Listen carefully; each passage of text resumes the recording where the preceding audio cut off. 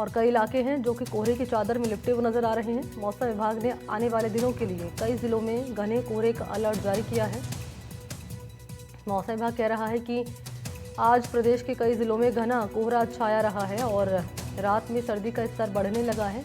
हल्की ठिठुरन महसूस की गई है। इसके अलावा मौसम विभाग के पूर्वानुमान के अनुसार इस बार सर्दी भले ही देर से आए, लेकिन परेशान करने वाली ये सर्दी होगी और कई सालों की सर्दी का रिकॉर्ड भी टूट सकता है इस बार। विभाग ये भी कह रहा है कि दिसंबर मध्य से जनवरी तक राजस्थान में कड़ाके की ठंड पड़ेगी और इस बार पिछले कई सालों के मुकाबले ज्यादा ठंड पड़ेगी। इस बार ठंड कई सालों का रिकॉर्ड भी तोड़ सकती है।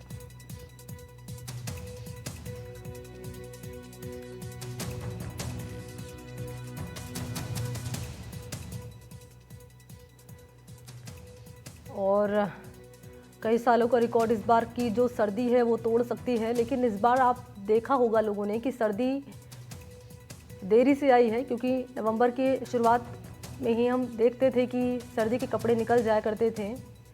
लेकिन इस बार 18 नवंबर आने को है, लेकिन मौसम विभाग कह रहा है कि सर्दी भले ही थोड़ी देरी से आई है, लेकिन इस बार सर्दी का सितम ज़्यादा देखने को मिलेगा। मिड दिसंबर से लेकर जनवरी तक सर्दी अपने चरम पर होगी और कई सालों का रिकॉर्ड इस बार टूटता हुआ नजर आएगा।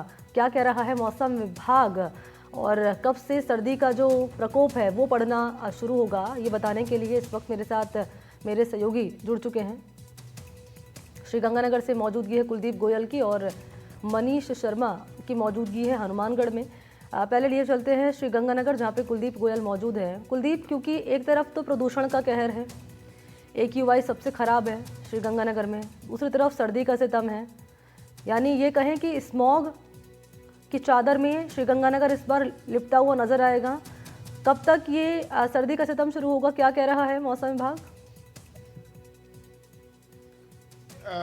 मौसम विभाग का जैसा अलर्ट था कि 15 नवंबर के बाद में इलाके के अंदर घना कोहरा शुरू होगा, ठीक उसी अलर्ट के मुताबिक इलाके के अंदर घना कोहरा शुरू हो चुका है। कल हालात ये थी कि विजिबिलिटी बिल्कुल शून्य थी और आज भी कमोबेश यही हालात नजर आ रहे हैं।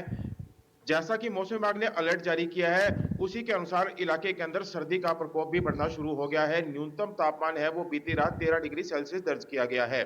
धुंध की अगर बात करें तो धुंध के अंदर धुआं और स्मोग और फॉग दोनों मिक्स होकर आ रहे हैं। ऐसे में हालांकि इस धुंध के में नमी की मात्रा थोड़ी कम है, लेकिन जो सर्दी का एहसास है वो दिन प्रतिदिन बढ़ता ही जा रहा है।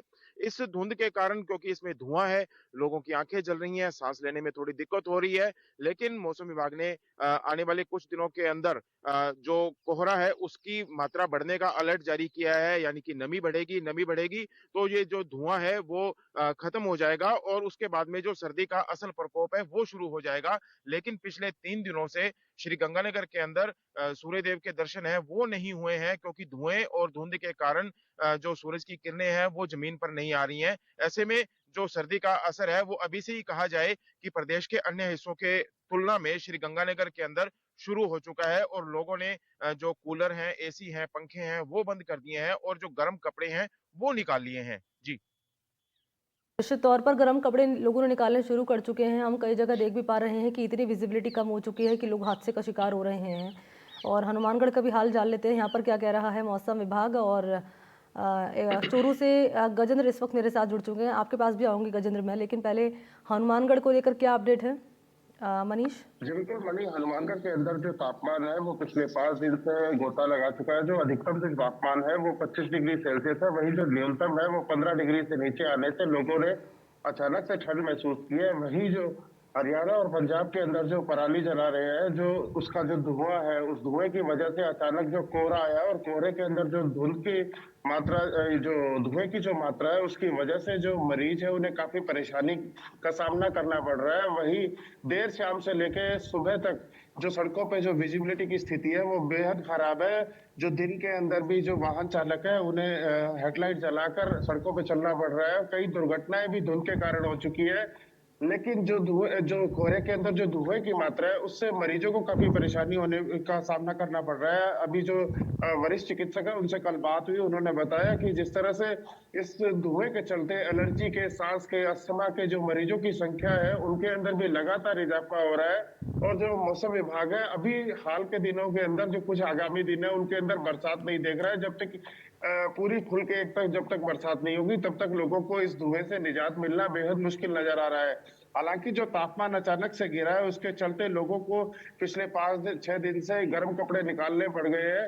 हालांकि जब तक ये पूरी बरसात नहीं होगी, सूर्य देवता नीचे तक नहीं आएंगे, धूप जब तक धरातल पर नहीं आएगी तब तक लोगों को इस ठंड से अभी राहत मिलती नजर नहीं आ रही है। जी मणि। तो ठंड से राहत मिलती हुई नजर नहीं आ रही, यहाँ पर कह रहा है मौसम विभाग हनुमानगढ़ को लेकर जानकारी दे रहे थे मनीष। चूरू लिए चलते हैं। चूरू में एयर क्वालिटी इंडेक्स आपने बताया था गजेंद्र बहुत खराब हो चला है, 290 के पार पहुंच चुका है। अब सर्दी का सितम भी यहाँ पर लोग झेलेंगे, प्रदूषण की मार तो झेल ही रहे हैं। क्या कह रहा है मौसम विभाग इसको लेकर?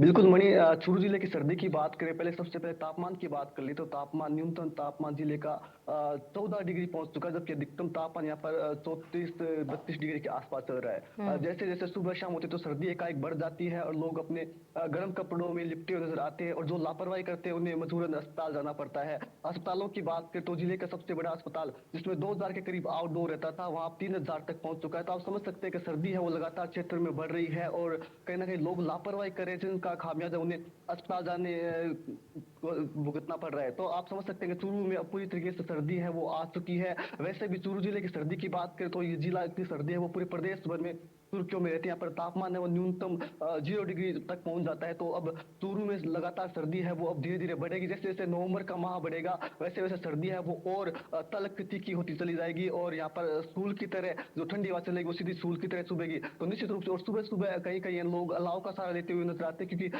सर्दी है वो अब काफी तेज हो चली है, और जो यात्री हैं, जो स्कूली बच्चे हैं, उनको सबसे ज्यादा परेशानी हो रही है। वही जैसा कि आपने कहा कि स्मोग भी यहाँ पर लगातार बढ़ रहा है, कहीं ना कहीं प्रदूषण भी यहाँ पर बढ़ रहा है, जिसकी मुख्य वजह यही है कि जो कंडम वाहन है, फिर जो टूटी सड़कें हैं, उनकी जो धूल है वो आसमान में छा जाती है। तो ऐसे में लोग कंफ्यूज भी हो रहे हैं कि स्मोग है या फोग है।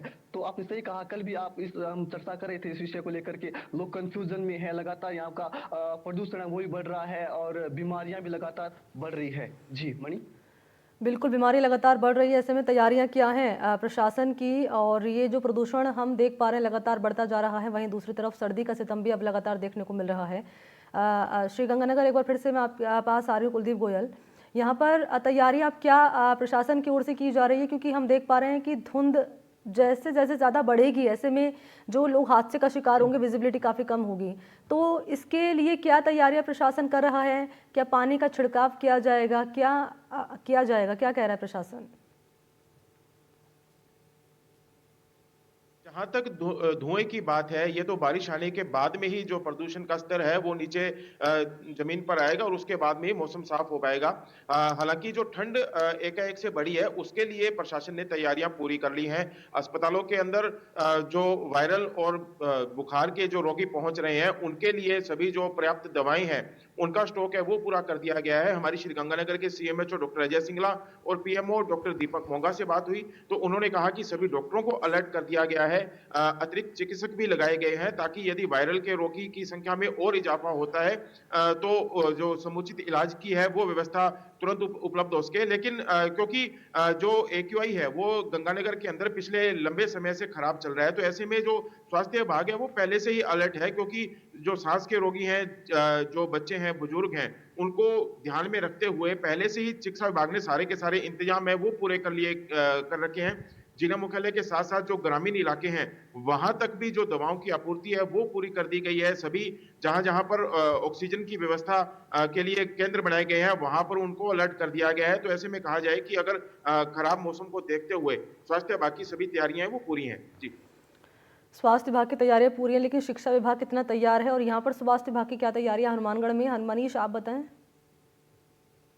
बिल्कुल, जो प्रशासन है, प्रशासन तमाम दावे जरूर कर रहा है, लेकिन जो सड़कों पे जो हालात है, लोगों को जो कोहरे की जो धुएं से जो सामना करना पड़ रहा है उससे लगातार मरीजों को परेशान होना पड़ रहा है। मरीजों की संख्या में लगातार इजाफा हो रहा है। पहले डेंगू और वायरल से जितने भी अस्पताल है उनके अंदर लगभग जो हालात है वो बेहद खराब है। सभी अस्पताल फुल नजर आ रहे हैं। लगातार डेंगू और वायरल के मरीज अभी भी बढ़ते जा रहे हैं। हालांकि जो स्वास्थ्य विभाग है वो अपने स्तर पे प्रयास जरूर कर रहा है, लेकिन लगातार मरीजों का जो इजाफा है वो संख्या में इजाफा होता ही जा रहा है। ऐसे में जब तक पूरी बरसात खुल के नहीं होगी तब तक ये धुएं और कोहरे से जो निजात है ये आम लोगों को नहीं मिलेगी। हालांकि जो सड़कों पे विजिबिलिटी है वो भी कम होती जा रही है और जो सर्दी का जो तापमान है वो तापमान भी लगातार गिरता जा रहा है। ऐसे में जो निकट भविष्य है उसके अंदर बिना बारिश के लोगों को राहत मिलती हुई नजर नहीं आ रही है। जी मणि। ठीक है, बहुत शुक्रिया आपका मनीष, गजेंद्र और कुलदीप, तमाम जानकारी मौसम को लेकर साझा करने के लिए। धन्यवाद आपका।